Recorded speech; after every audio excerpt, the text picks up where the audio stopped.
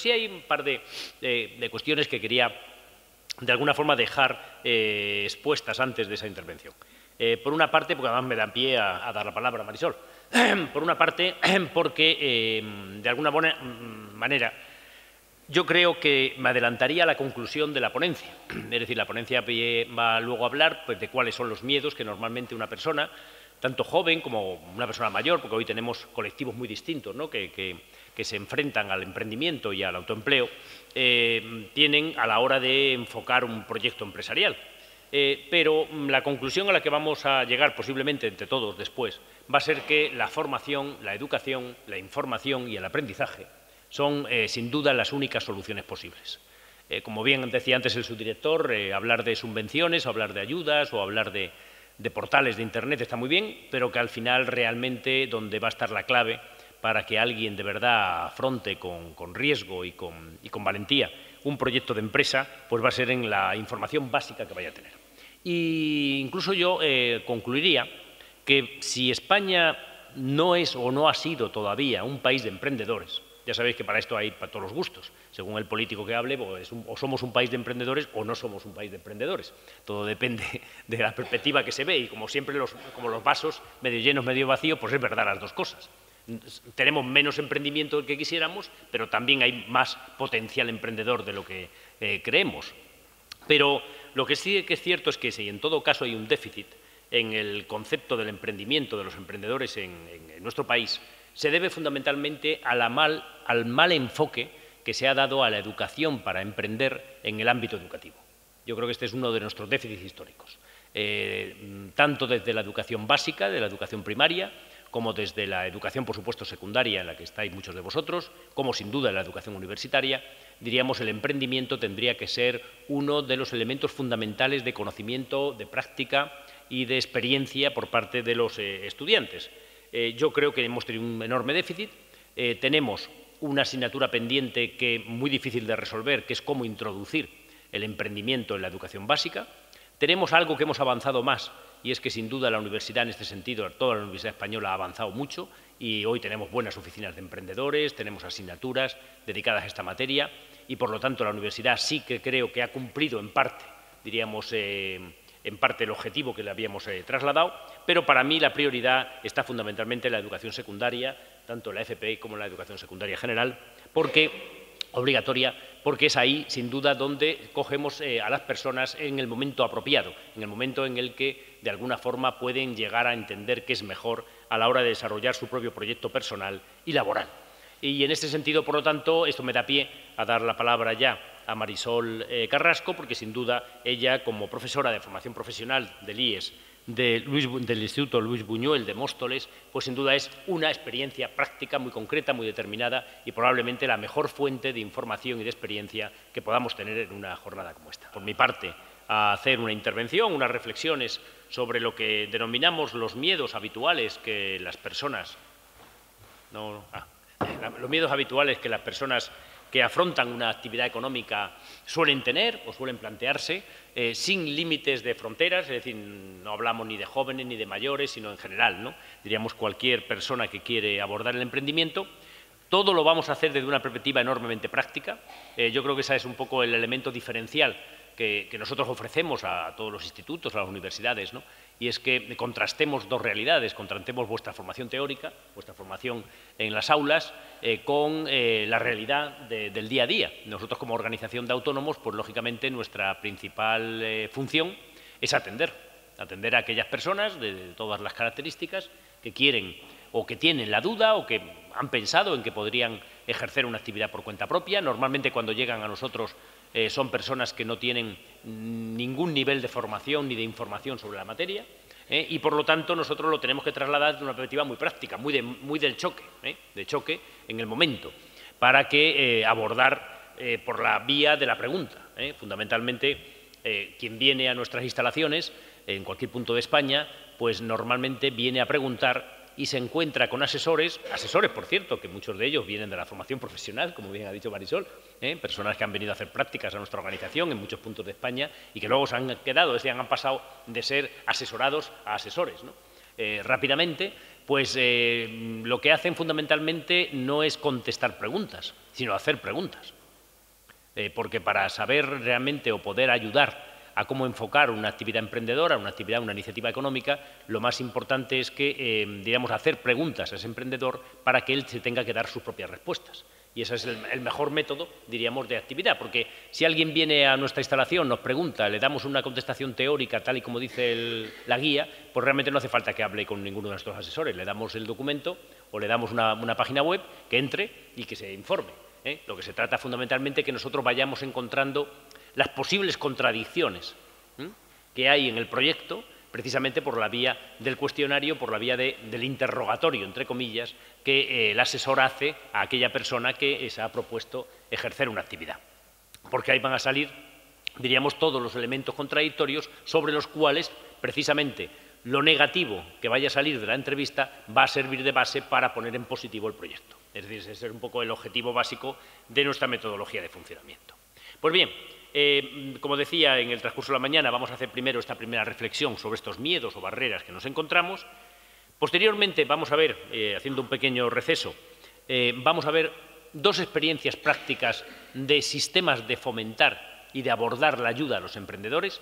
La nuestra es desde una perspectiva de asociación y, por lo tanto, de una perspectiva de información, pero yo creo que probablemente las dos de las mejores experiencias más importantes que tenemos en nuestra comunidad sea precisamente la de donde estamos, Madrid Emprende, como agencia municipal.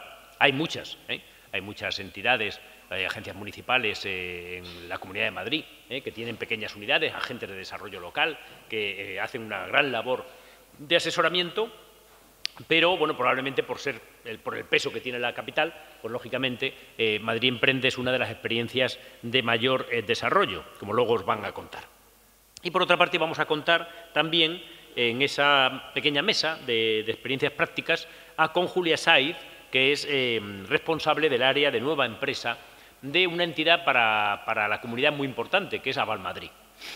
Para entendernos todos, Aval Madrid sería como el ICO de Madrid. Todos hemos oído hablar del ICO, ¿no? Yo creo que el ICO, que era algo muy desconocido, hace poco tiempo de pronto se ha convertido en algo muy famoso, ¿no? Porque todo el mundo está pendiente del ICO, ¿no? A ver si consigue créditos, ¿no? El Instituto de Crédito Oficial pues es la agencia financiera del Estado. Es una entidad que normalmente ha tenido una función siempre pues fundamentalmente interna del Gobierno, porque lo que se trataba era de financiar determinados programas y actividades, pero que posteriormente luego el Instituto de Crédito Oficial se ha convertido un poco en la única entidad financiera que concede, y pocos, créditos a aquellas personas que ponen en marcha iniciativas económicas. Es decir, viene a sustituir la falta de crédito que existe en el sector privado financiero.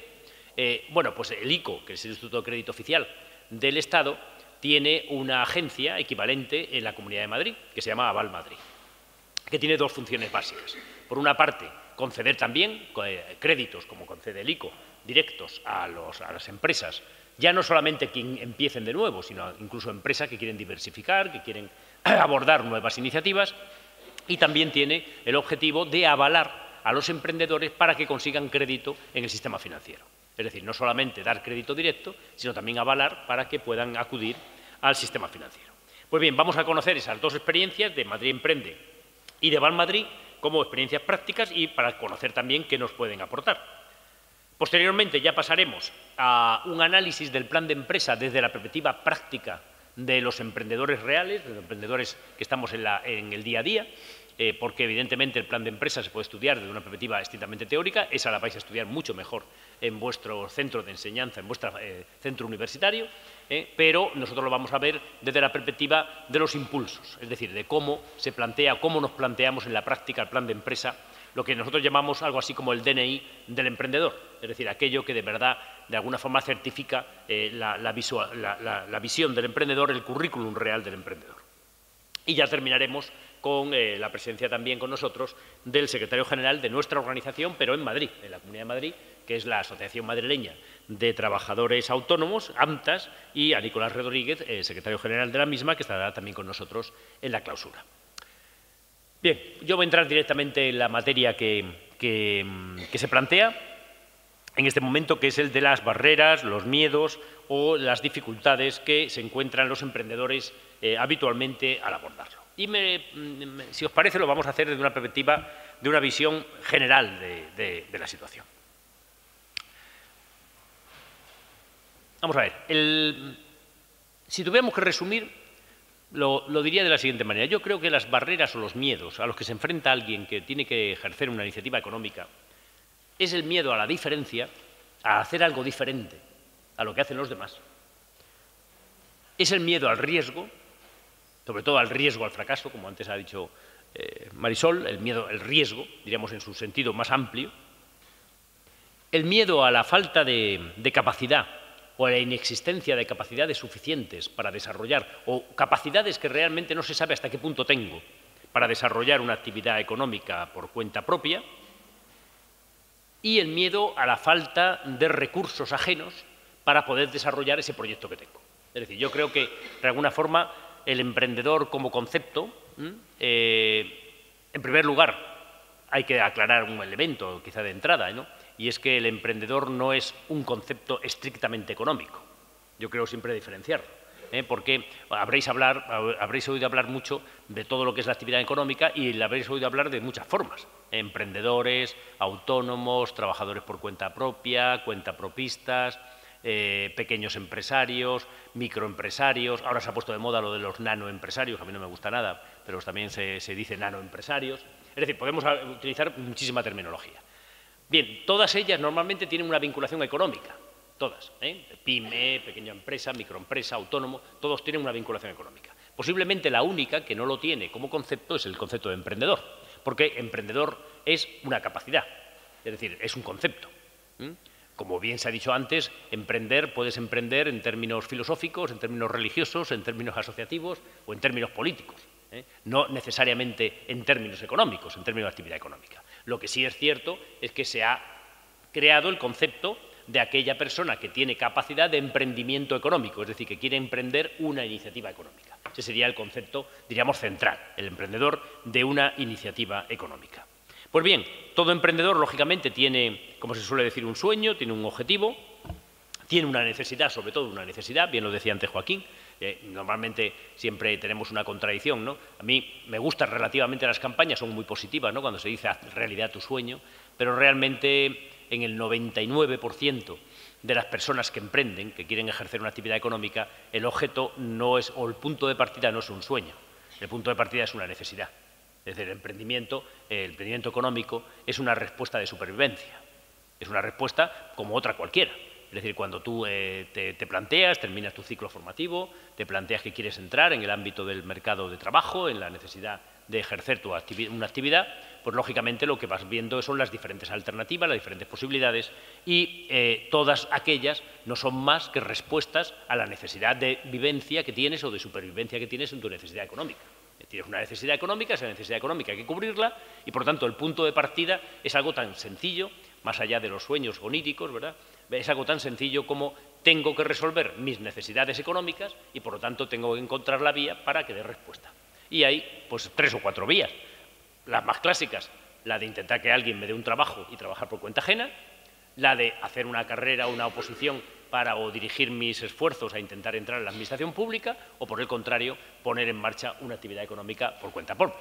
Entonces, lógicamente, esa necesidad es la que va a llevarme a dar alguna de esas alternativas. ¿Cuál es la diferencia de algunos años atrás con respecto a los años que vais a vivir vosotros, fundamentalmente, más adelante en el mercado de trabajo? Bueno, que aquí se ha producido un cambio sustancial. Ser emprendedor, ser autónomo, ser trabajador por cuenta propia, podía ser algo probablemente excepcional hace algunos años. Pero en el mundo que vivimos hoy, y sobre todo en el que vais a vivir vosotros más directamente, en vuestra actividad laboral, se va a convertir en algo absolutamente ordinario, normal, habitual. Es decir, lo que para nuestras generaciones era algo distinto, por eso antes decía el déficit en la educación, porque ni parecía necesario, porque no parecía que esa fuera la forma de salida.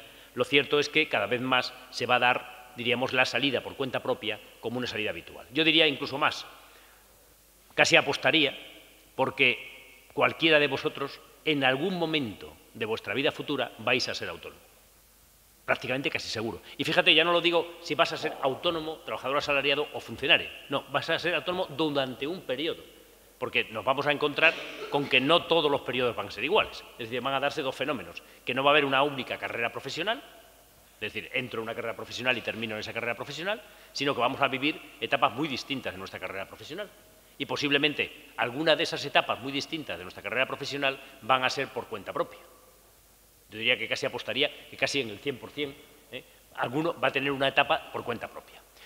Eso es lo que también nos ayuda a que la formación en el autoempleo no sea una formación solamente teórica pensada para que podamos ejercer esa formación en el futuro para terceros, sino también para ejercerla para nosotros mismos, porque esa formación nos va a permitir abordar nosotros mejor esa etapa. Y es más, posiblemente vais a vivir alguna etapa por cuenta propia durante ese periodo, pero la vais a vivir probablemente no por vocación. Es decir, ojalá fuera por vocación. Como antes decía, quiero montar mi salón, quiero desarrollar mi proyecto, posiblemente fuera, en muchos casos sea así, pero en otros muchos probablemente no sea así, sino porque probablemente vais a llegar a algún sitio donde vais a plantear la posibilidad de ejercer vuestra actividad, de trabajar de alguna forma, y alguien os va a decir, ponte de autónomo y mañana vienes a verme. Eso es una frase que se repite cada día más. Yo no sé si para bien o para mal, eso ya forma parte del debate, de la discusión, pero es una frase que está permanentemente en la sociedad. Hazte autónomo y mañana vienes a verme. Y detrás de la palabra hazte autónomo y mañana vienes a verme hay una necesidad formativa fundamental. Porque esas son las personas que luego vienen a nuestra oficina. Me han dicho que me haga autónomo, ¿qué tengo que hacer? Viene pensando exclusivamente en qué tengo que hacer en términos burocráticos.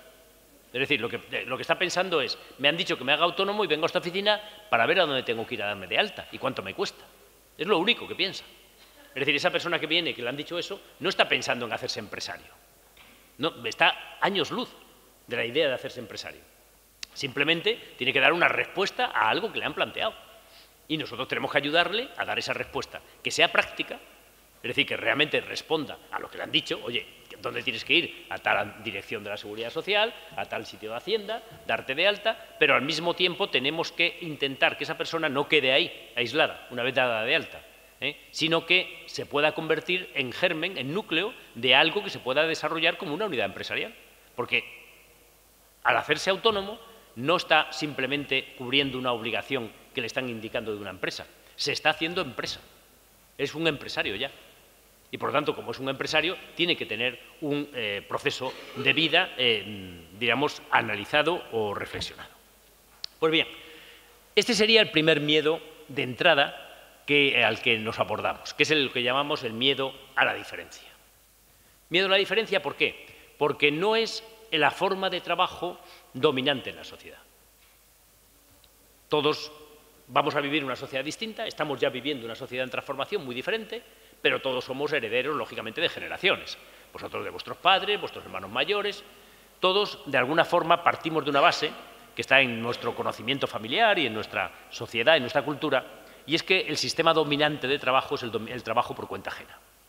Es decir, si tuviéramos que decir, bueno, básicamente, ¿cuál es la forma habitual? ¿Qué es un trabajador? Pues un trabajador es alguien que trabaja para un tercero a cambio de unos recursos económicos que ese tercero le aporta. Esta es, digamos, lo dominante en la sociedad. Si hablábamos con vuestros padres, con nuestros amigos, diríamos eso, damos por hecho que esa es la situación dominante. Por lo tanto, lógicamente, si vamos a trabajar por nuestra cuenta, a ese que le han dicho hazte autónomo, de pronto lo que primero que se le cae es, diríamos, el elemento diferencial. Es decir, voy a ser diferente. Es el primer miedo que se plantea. ¿Por qué yo voy a ser distinto? ¿Por qué a mí me han dicho que me haga autónomo? ¿O por qué yo, si quiero montar ese salón de belleza o ese salón de peluquería, voy a ser diferente a la otra compañera que la han contratado en no sé qué franquicia de peluquería? Por lo tanto, lo primer miedo que me planteo es que voy a ser diferente a lo habitual en la sociedad.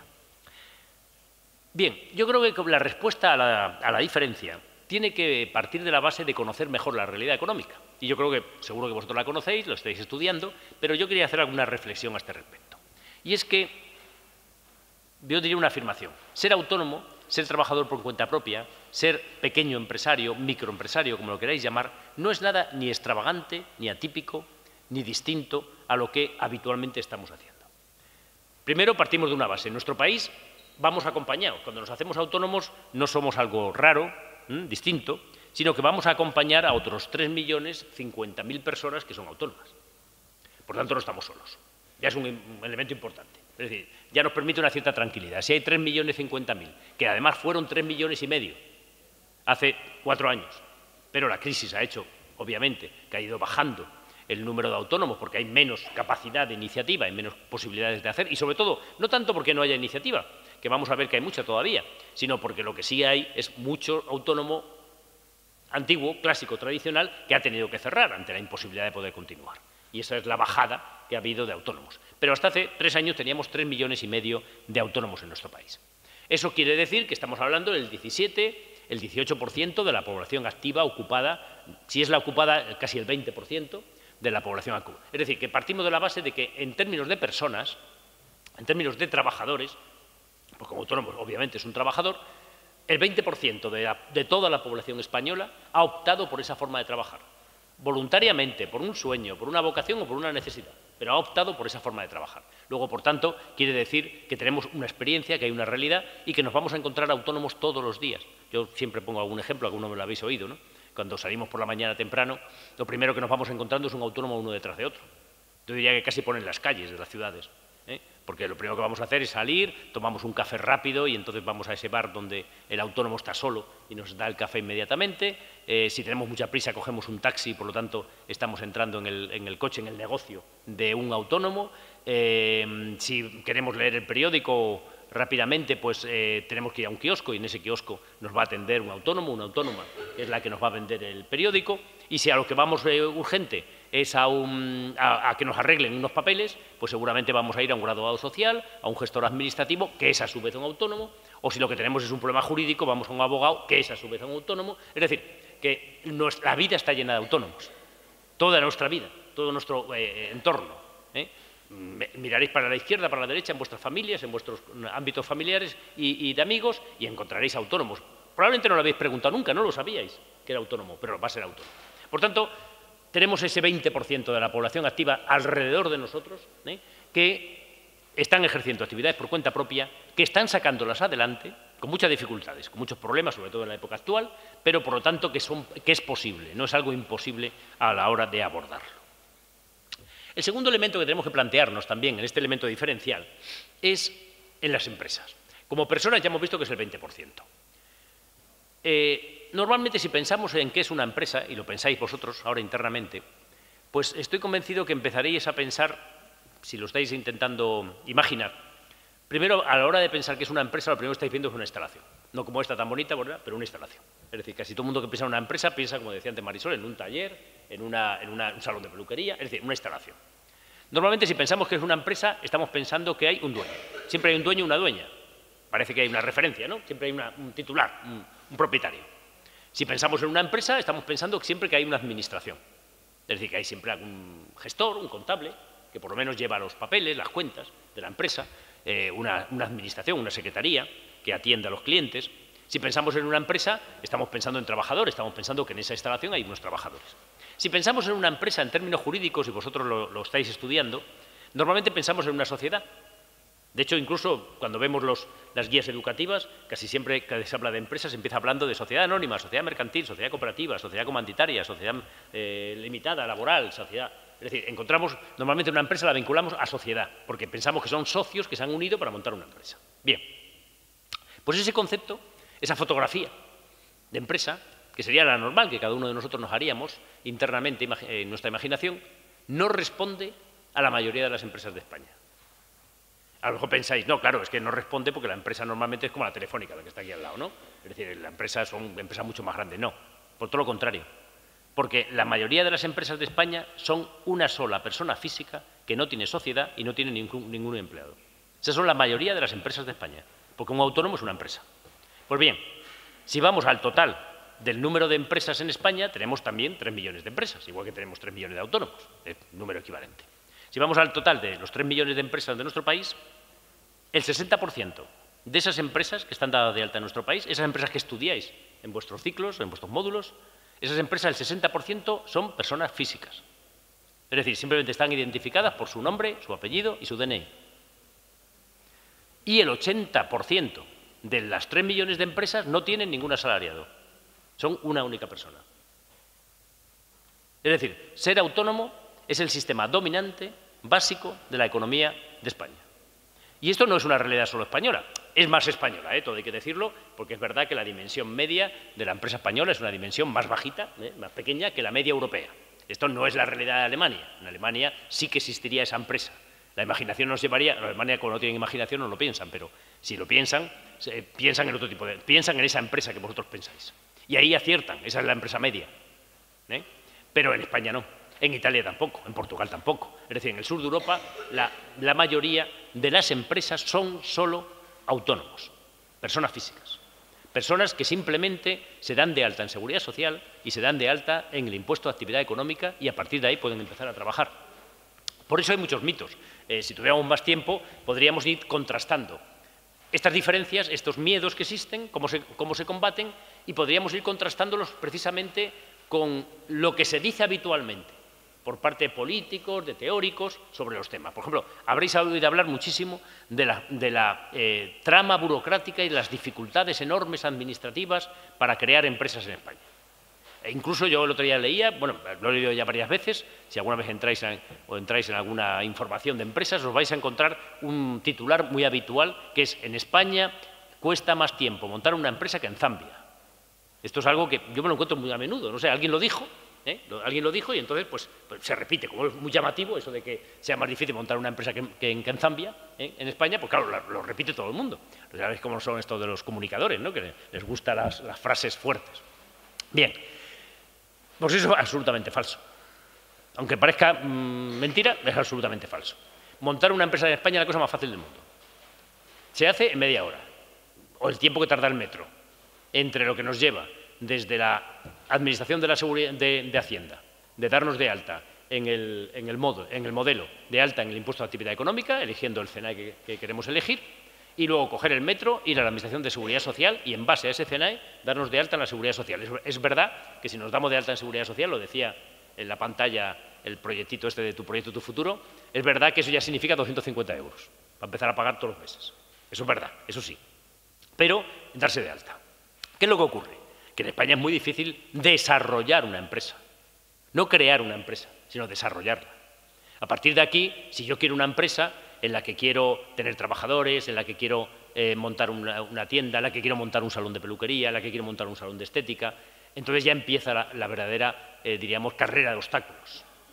Pero ahora que no nos oye el representante del Ayuntamiento de Madrid, pues claro, evidentemente donde tenemos el problema es en los ayuntamientos, en las licencias municipales, en las licencias, en que si queremos conseguir una subvención tenemos que hacer todo el papeleo para conseguir la subvención, en que tenemos que darnos de alta en Seguridad Social para contratar trabajadores. Pero ¿eso cuándo va a hacer? Eso no va a ser al día siguiente.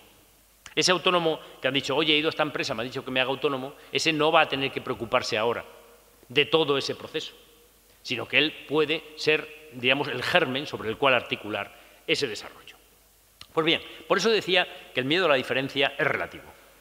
La mayoría de los trabajadores, hemos dicho, una buena parte de los trabajadores, un 20%, son autónomos y la gran mayoría de las empresas son empresas individuales, empresas familiares, empresas que no tienen ni sociedad constituida y que, sin embargo, ejercen un papel básico en nuestra sociedad. El segundo miedo al que me refería y al que todos se plantean a la hora de ser autónomos es el miedo al riesgo. Esa es la segunda pregunta, diríamos, que se hace todo el mundo. Dice, bueno, pero es que si me hago autónomo, claro, el grado de riesgo que voy a tener va a ser muy superior a cualquier otro tipo de actividad. Pues bien, ese sí que es absolutamente cierto. Lo mismo que el miedo a la diferencia, yo no le daría mayor importancia desde ese punto de vista, el miedo al riesgo sí. Y sería absurdo por mi parte decir que no hay mayor riesgo en el ejercicio de una actividad económica por cuenta propia que en otro tipo de actividad. Bien es cierto que el miedo al riesgo desde la perspectiva de perder el trabajo está equilibrado, al menos, con el trabajo por cuenta ajena. Claro, evidentemente, cuando vivíamos una sociedad en la que entrabas a trabajar y te jubilabas en el mismo sitio, pues normalmente, como vosotros habéis visto, probablemente muchos familiares vuestros, probablemente sí que es verdad que había el riesgo a que, ¿y qué pasa? ¿Qué hago yo con mi trabajo el día que no pueda o no tenga dificultades? Ese riesgo ahora es equivalente, porque puede durar mucho más la actividad como autónomo que la actividad por cuenta ajena. De hecho, hay una realidad, y es que que ese es otro mito, por cierto, que también se utiliza. Ya sabéis que se dice también en España mucho lo de que hay mucha movilidad en las empresas. Es decir, empresas que duran muy poco tiempo. Empresas que se crean y luego inmediatamente desaparecen. Eso es otro mito. ¿Y por qué es otro mito? Esto más que los miedos teníamos que haberlo llamado los mitos, ¿no? Es decir, ¿por qué es otro mito? Por una razón. Porque la media de una persona que se hace autónoma hasta que deja de serlo, en este momento en nuestro país, es de 5 años. Decidme en este momento quién tiene la seguridad de que va a tener un puesto de trabajo asegurado durante 5 años.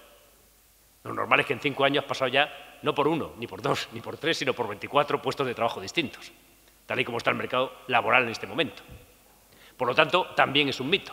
Es decir, el trabajo autónomo es mucho más estable que el trabajo por cuenta ajena. Se mantiene, digamos, el que desarrolla un trabajo por cuenta propia, se mantiene más. Bien es verdad que puede variar de actividad, puesto que, lógicamente, el trabajador autónomo es mucho más flexible, se adapta él mismo. Es decir, yo puedo empezar como trabajador autónomo vendiendo seguros y vendiendo o comercializando viviendas, y luego me quedo solo con los seguros porque las viviendas pues no hay manera de hacer negocio. Y, por lo tanto, cambio mi actividad, me adapto. Pero sigo dado de alta en la Seguridad Social como autónomo durante al menos una media de 5 años, cosa que en ningún caso dura una actividad laboral. Pero bueno, sí que es cierto que existe un mayor riesgo en el trabajo autónomo.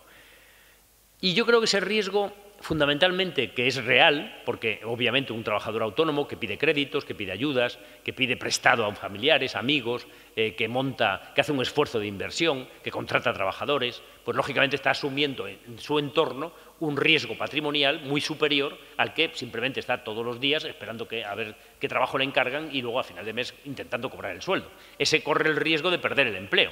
Pero el autónomo tiene mucho más riesgo. Puede perder el empleo y puede perder toda su capacidad patrimonial. Porque es verdad que el grado de responsabilidad de los autónomos es ilimitada con respecto a los acreedores y a terceros. Por lo tanto, el riesgo existe y sería ridículo, de alguna forma, no confirmarlo. Ahora bien, fundamentalmente, el riesgo se plantea en términos de fracaso. Y ahí yo sí quiero insistir en la línea que antes planteaba también Marisol, que me parece fundamental. En España tenemos fundamentalmente un amplio desarrollo del miedo al fracaso, el miedo al fracaso sobre todo el fracaso como riesgo moral y como riesgo económico.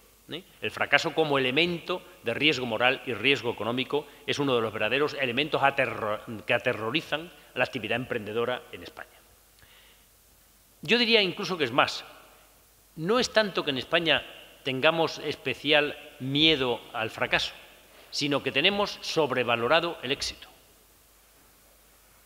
No es tanto el miedo al fracaso, que, bueno, también existe, pero sobre todo tenemos sobrevalorado el éxito. Es decir, parece que este es un país en el que todos tenemos que tener éxito, y si no, no somos. Y yo creo que esto es uno de los temas que probablemente mejor vamos a poder reconducir después de la crisis. ¿Por qué? Porque si os fijáis, en las campañas, por ejemplo, de emprendedores, televisión, en medios de comunicación, en los portales web, si entráis en los muchos portales, se parte de la base del concepto de emprendedor como el hombre de éxito. No hay nadie, a mí me llama mucho la atención, ¿no? Cada vez que un político empieza a hablar de estas cosas, cuando les invitas a hablar de emprendedores, pues inmediatamente van a Silicon Valley, diríamos a Bill, es decir, diríamos a todos los conocidos, a los grandes promotores, ¿no? En España, pues a Amancio Ortega, es decir, digamos, parece que es que no hay emprendedor si no hay éxito. Bueno, y entonces, esos son 4, 18, 22, ¿y los demás dónde están? Es decir, si tú montas un salón de peluquería, haces tu trabajo como puedes, en tu barrio, de tu localidad, ganas a ese primer cliente que nos ha dicho antes Joaquín y por fin le cobras a la primera señora el primer trabajo y por lo tanto de alguna forma ya ves que has tenido la primera subvención, que es ese ingreso, ¿no?, de facultad. ¿Tú qué pasa? ¿Que eres un fracasado? ¿Porque no eres no sé quién maravilloso que sale en la televisión todos los días? Pues no. Es decir, tenemos una sobrevaloración del éxito. Y yo creo que fundamentalmente si colocamos la sobrevaloración del éxito en su sitio y valoramos el éxito como algo que forma parte de la vida cotidiana, probablemente tendríamos menos miedo al fracaso, sobre todo al fracaso moral, al riesgo moral del fracaso. Pero sí que es cierto que el grado de riesgo es superior en el trabajo por cuenta propia con respecto al trabajo por cuenta ajena. asumimos más riesgo y, por lo tanto, tenemos que ser más conscientes de lo que vamos a realizar. Hay otro miedo que permanentemente no abordamos, que es el miedo a la falta de capacidades. Es decir, bueno, esa frase también que se suele acompañar, ¿no? Hemos dicho, no me gusta ser diferente, hemos dicho, voy a correr mucho riesgo, y hay una frase también que está permanentemente en el autónomo, en la persona que va a ser autónoma, que es la de yo no sirvo para eso. Es decir, esa es la frase que nosotros nos encontramos todos los días en las oficinas. Mire usted, me han dicho que me haga autónomo, estoy pensando que lo podría hacer por mi cuenta, pero a mí me da la impresión de que yo no sirvo para eso. Bueno, yo creo que eso también forma parte de una sobrevaloración del concepto de empresario. Yo creo que España es un país en el que, por una parte, la figura del empresario no está suficientemente dignificada, yo creo que está muy atacada innecesariamente, pero por otra parte también está demasiado sobrevalorado, digamos, quién puede ser empresario. Yo creo que poco a poco, a medida que vamos conociendo a los empresarios, nos vamos dando cuenta que no. Pero parece que así de entrada, eso de ser empresario es como más difícil que ser trabajador por cuenta ajena. Porque hay que tener recursos, hay que tener mucho conocimiento, hay que tener no sé cuántas carreras, pues todo lo contrario, la mayoría de los empresarios, como hemos dicho antes no hemos hablado de otras estadísticas, como es la formación media, pero muy bien, como decía Marisol, la mayoría de los autónomos españoles no tienen formación universitaria, tienen básicamente formación profesional cuando no es formación básica. Por lo tanto, quiere decir que tenemos una sobrevaloración también de las capacidades del empresario. Parece que tiene que ser alguien con un nivel de formación, de preparación muy desarrollada. Pues no. Fundamentalmente, la vida diaria nos demuestra que quien tiene capacidad para ejercer una actividad para otro, tiene la misma o mayor capacidad para ejercerla para sí mismo. Nunca he entendido muy bien esa diferencia. ¿Por qué entendemos que alguien está capacitado para poder hacer una buena labor profesional, contratado por un tercero, y no esté capacitado para hacer su propia actividad profesional? Porque lo normal sería lo contrario. Es decir, si yo salgo del centro, tengo una formación profesional superior, soy consciente de que realmente tengo capacidad profesional para hacer mi trabajo, ¿cuál es la diferencia? Podría ser que la única diferencia fuera que al pensar que voy a trabajar para una empresa, pues de alguna forma voy a seguir aprendiendo. Mientras que si voy a trabajar por mi cuenta, ya no voy a tener quien me enseñe. Pero eso se resuelve también por la vía de la práctica o se resuelve por la vía de la asociación. Es decir, no hay por qué ser autónomo, no significa ser individualista. Ser autónomo significa ser independiente, pero los independientes lo primero que hacen es asociarse para buscarse elementos de cobertura o de apoyo en sus propios desarrollos. Por lo tanto, el miedo a la falta de capacidades yo creo que es otro miedo que podemos anular absolutamente. Las capacidades existen de la persona, en tu formación, en tu capacidad. Segundo, las capacidades, esa capacidad de emprendimiento no solo nace, se aprende. La mayoría de los emprendedores no nacen emprendedores.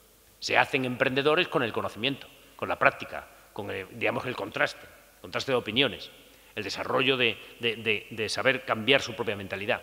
Sí es verdad que hay una capacidad que también se aprende y también se puede ejercer y se puede desarrollar, pero una capacidad que sí yo diría que es fundamental en un emprendedor, o dos capacidades, que es capacidad organizativa y capacidad comercial de sí mismo. Es decir, hay algo que sí tiene que hacer un esfuerzo un emprendedor en relación con un trabajador por cuenta ajena, y es que tienes que ser más capaz de venderse a sí mismo que cualquier otro. Tus capacidades tienes que venderlas, tienes que demostrarlas. Es decir, aquí ya no me vale ir con el currículum, meterlo, y a ver si hay suerte y me toca.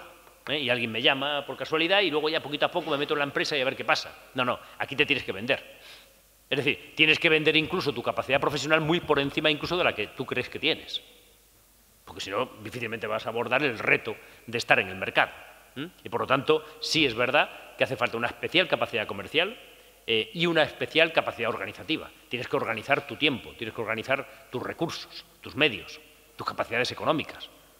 No ponerlo todo en el mismo sitio. Es decir, dos capacidades básicas, que es la capacidad comercial de sí mismo y la capacidad organizativa. Pero ellas son capacidades que en parte se nace con ellas, y hay personas con carácter distinto a la hora de abordar este tipo de iniciativas, pero en gran parte se aprenden en la vida diaria. No solamente en la escuela, lógicamente, no solamente en el centro de formación, se aprenden en la vida y en la calle, pero que son aprendizajes necesarios. Y el último miedo al que hacía referencia antes sería el miedo a la falta de medios, de recursos. Digamos, ¿a dónde voy?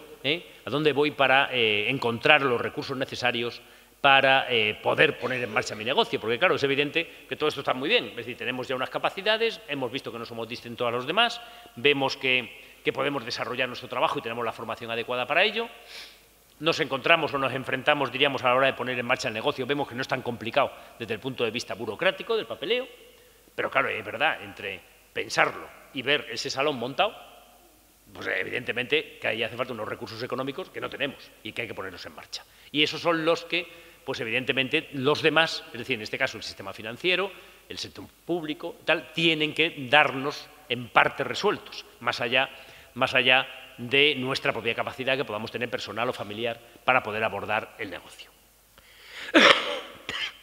Había una frase que se decía hasta hace 4 años habitualmente, y sobre todo lo decían la mayoría las entidades financieras. E incluso hay campañas por ahí en televisión que todavía se siguen poniendo alguna. Y es que si tienes un buen proyecto, seguro que vas a tener la financiación necesaria para desarrollarlo. Este era algo que se decía. Es decir, lo importante para conseguir la financiación es que el proyecto sea un buen proyecto, una buena idea, que esté bien enfocado y bien desarrollado. Eso era una frase verdadera hace 3 o 4 años. Hoy ya no es tan verdadera. Yo diría que es bastante menos verdadera.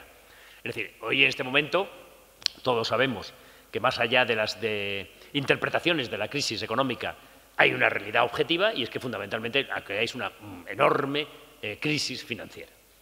Y esa enorme crisis financiera hace que las entidades financieras privadas, que son a las que habitualmente hay que acudir, lógicamente, para conseguir la financiación, no estén en las mismas condiciones para poder financiar los proyectos que nosotros vamos a plantear. Por lo tanto, en este miedo sí que es verdad que las circunstancias han cambiado y, por lo tanto, que de alguna forma hay que echar mucha más imaginación al proceso de desarrollo. Pero también es verdad que en momentos de crisis las oportunidades son mayores y, por lo tanto, de alguna forma, primero, hay que tener varios elementos en cuenta. Se reducen enormemente los costes, es decir, antes estábamos hablando de esfuerzos de financiación para inversiones muy superiores a los costes reales. Es decir, abrir un salón de belleza hace 4 años estaba invirtiéndose un nivel de recursos financieros muy superiores a los que de verdad valía. Lo igual que hemos comprado viviendas a un valor que de absoluto lo tenían. O sea, no hay una sola vivienda en España que se haya construido jamás que valga más de 600 euros el metro cuadrado de construcción y 100 de repercusión de suelo. 700 euros el metro cuadrado. Nunca ha costado más una vivienda en España. Otra cosa es todo el valor artificial que se ha ido añadiendo a ese valor de coste. 700 euros y luego le puedes meter pues 1.500, 1.800, 2.000, 3.000, me da igual, lo que el mercado esté dispuesto a pagar. Pues lo mismo ha ocurrido en el mundo de los locales comerciales, lo mismo ha ocurrido en el mundo del negocio. Es decir, hemos estado haciendo inversiones, yo recuerdo hace 4 años, que para montar un pequeño negocio, un pequeño comercio, un pequeño bar en un lugar determinado, se hacía inversiones de, no sé, de 200, de 300.000 euros, que no tenían ningún sentido.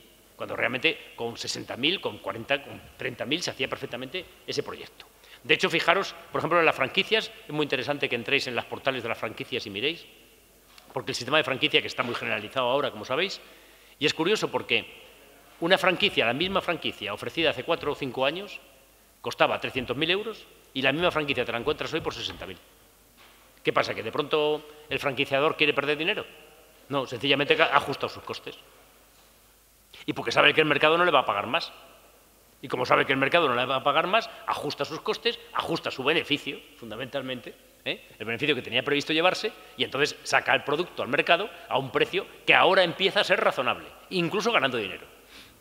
Mientras que en otro momento no era razonable en ningún sentido. Por lo tanto, el miedo a la financiación es un miedo lógico, razonable, porque no existe financiación ajena, no podemos ir a un banco hoy y decir, mire usted, quiero montar un negocio, dame dinero, a no ser que alguien te avale con un patrimonio y ni siquiera con una hipoteca, porque ya como ofrezca la vivienda tampoco te vale para nada. Por lo tanto, alguien te avale, diríamos, con recursos más que suficientes. Eso es verdad, pero también es cierto que el esfuerzo financiero es mucho menor, el que habría que desarrollar, y que con imaginación podemos sustituir muchos elementos. ¿Qué es lo importante en un proyecto empresarial? Yo utilizaría una frase que es mucho más fácil engordar que adelgazar. Yo creo que casi todos lo sufrimos, ¿verdad? Podemos coger unos kilos con una velocidad tremenda, ¿no? Pero perderlos, anda que nos cuesta. Pues esto nos pasa igual en el mundo empresarial. Engordar la empresa es facilísimo. Es decir, si yo quiero montar un salón, quiero montar una oficina, una asesoría, una asesoría de empresas, no sé, un agente de seguros, pues evidentemente que es muy fácil coger y decir, bueno, yo soy agente de seguros, me alquilo un local en la calle Serrano en Madrid, contrato 2 personas que hagan toda la labor de comunicación y de atención, compro unos muebles muy bonitos y una sala de reuniones muy adecuada para recibir a los clientes.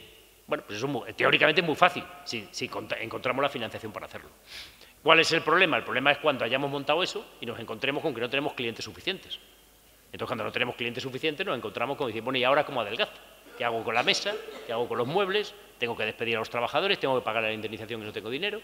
Es decir, tengo que adelgazar el proyecto empresarial y eso ya cuesta mucho. Adelgazar cuesta mucho. Por lo tanto, ¿cuál es el objetivo? Que no es casualidad, y con esto termino, el que el 60% de las empresas españolas sean personas físicas y que el 80% no tenga ningún asalariado y que trabajan en la calle, como quien dice, es decir, que trabajan en su casa. No es casualidad, es que la gente es inteligente. Y nadie se plantea crear un macroproyecto, como hace algunos años, a lo mejor alguien se lo ha pensado, un macroproyecto, mi gran empresa, como a veces alguna campaña nos anima, sino que yo sencillamente me doy de alta, me pongo a trabajar, veo lo que puedo hacer, cómo evoluciona el mercado, hasta dónde puedo llegar. A lo mejor si soy peluquera, voy a, eso sí, legalmente, voy a domicilio y trabajo a domicilio como paso previo a montarme el salón. Si hago masajes, pues hago masajes también a domicilio con mi camilla, pagando el IVA, siempre legalmente. Pues no hay por qué hacerlo ilegalmente, se puede hacer perfectamente. O sea, no confundamos la economía informal con la economía doméstica. Una cosa es una economía doméstica, una economía controlada, una economía sencilla, y otra cosa es una economía informal o una economía sumergida. No tienen nada que ver. Se puede hacer una labor día a día en nuestro barrio o animar a comprar en tu barrio, a comprar a la persona cercana a ti, y hacerlo de acuerdo con las normas del IVA, de los impuestos, legalmente y sin ningún problema. Y no, con unos costes muy inferiores. Es decir, que el objetivo es que aquellas personas que han empezado una actividad económica por su cuenta no están locos, sencillamente tienen una necesidad, tienen una vocación también y una vocación unida a una necesidad, se pueden plantear con que eso le puede permitir una remuneración suficiente, incluso más que en un trabajo por cuenta ajena, si las cosas las hacen bien, puede tener una compensación más que suficiente, y todas esas personas lo que tienen muy claro es que no se pueden hacer negocios pensando en sueños lejanos del gran proyecto empresarial, no pueden ser todos Amancio Ortegas en chiquititos, sino que tienen que ser simplemente eso, la persona que ejerce su actividad y que realmente pueden, eso sí, si lo saben hacer bien, ayudar mucho a este país, porque ellos son los que van a crear riqueza y al final son los que van a crear empleo. Porque se dice, no hay empleo en España, es que no puede haber empleo si no hay empleadores. Y si no hay emprendimiento, no hay actividad económica, no hay nuevos autónomos, no hay quien contrate a otros.